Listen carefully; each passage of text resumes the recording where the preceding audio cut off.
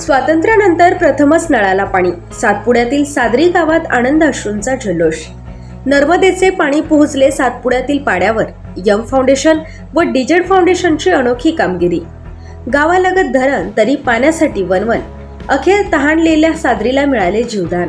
सरकारी यंत्रणा पोहोचली नाही, पण समाजसेवेने भागवली तहान. सादरीचा प्रेरणादायी प्रवास.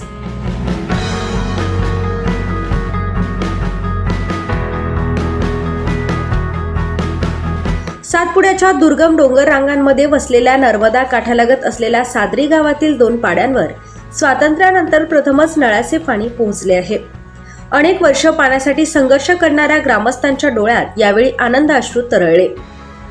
गावालगत धरण आणि नर्मदा नदी असूनही पिण्याच्या पाण्यासाठी ग्रामस्थांना मोठी पायपीट करावी लागत होती. यंग फाउंडेशन आणि डीजेड फाउंडेशन यांच्या संयुक्त प्रयत्नातून हा अशक्य वाटणारा पाणी प्रश्न सोडवण्यात आला, अशी माहिती दिलीप जैन यांनी दिली आहे. प्रथम विहीर खोदण्याचा प्रयत्न झाला, मात्र अपेक्षित यश मिळाले नाही. त्यानंतर नर्मदा नदीच्या पात्रातून सोलर पंपाद्वारे पाणी उचलून पाड्यांपर्यंत पाईपलाईन टाकण्यात आली. अनेक अडचणींवर मात करत अखेर नळातून पाणी वाहू लागले. नळ सुरू होताच लहान मुलांनी आनंदाने जल्लोष केला, तर ग्रामस्थांनी हा क्षण आयुष्यातील अविस्मरणीय क्षण असल्याची भावना व्यक्त केली. अत्यंत दुर्गम भागात पोहोचून लोकसहभाग आणि श्रमदानाच्या माध्यमातून साकारलेला हा प्रकल्प आशेचा किरण ठरला आहे. मात्र सातपुड्यातील इतर पाड्यांवरील पाणी टंचाई दूर करण्यासाठी शासकीय यंत्रणांनीही अधिक सक्रिय होण्याची गरज व्यक्त केली जात आहे.